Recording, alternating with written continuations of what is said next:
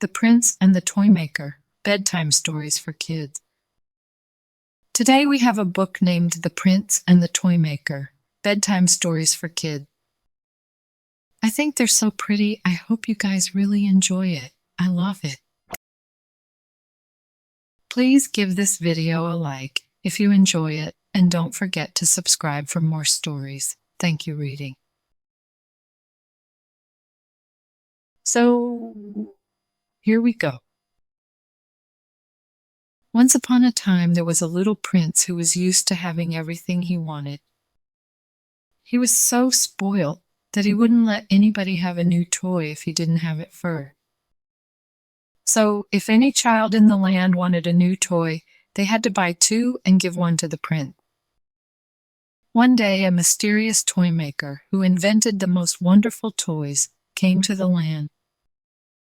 The prince liked his toys so much that he invited him to spend an entire year in the castle, promising him great wealth if he made him a new toy every day. The toy maker set just one condition.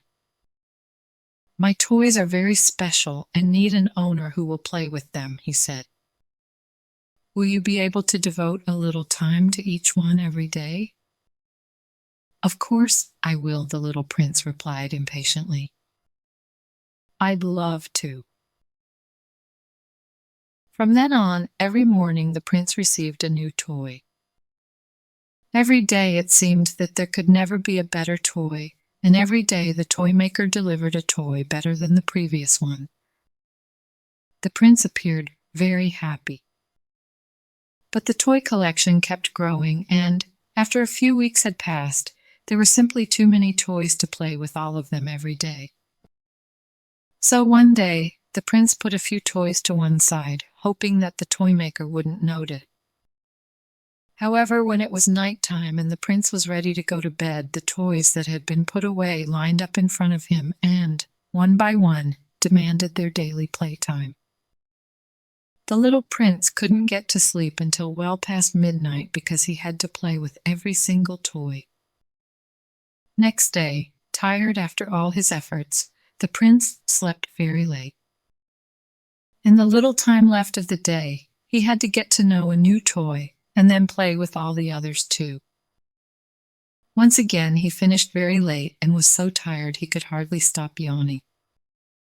From then on, every day was a little bit worse than the one before. The same amount of time, but with one extra toy to play with.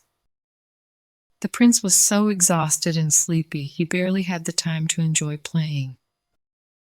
To make matters worse, the toys were getting more and more angry because the time he spent playing with them was becoming shorter and shorter.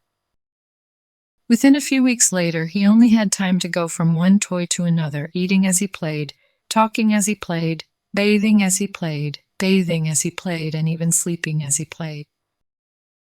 He was constantly changing toys, just like a terrible nightmare. Until one day, as he was looking out of his window, he saw some children playing with a stone next to the castle. "I have an idea," he said, and he sent for the children.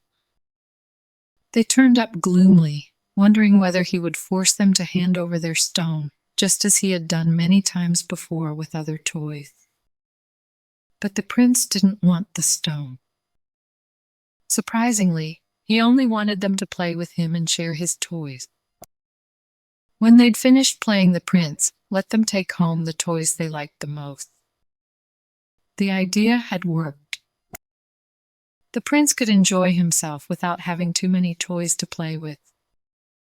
Even better, he had new friends. From then on, he did the same thing every day and invited more children to the castle to share his toys. When it was time for the toy maker to leave, the 365 fantastic toys he had made had all been shared out, and the palace had turned into the best playroom in the kingdom. The end. Good job, friends. Thank you so much for reading with me. Bye, I'll see you next time.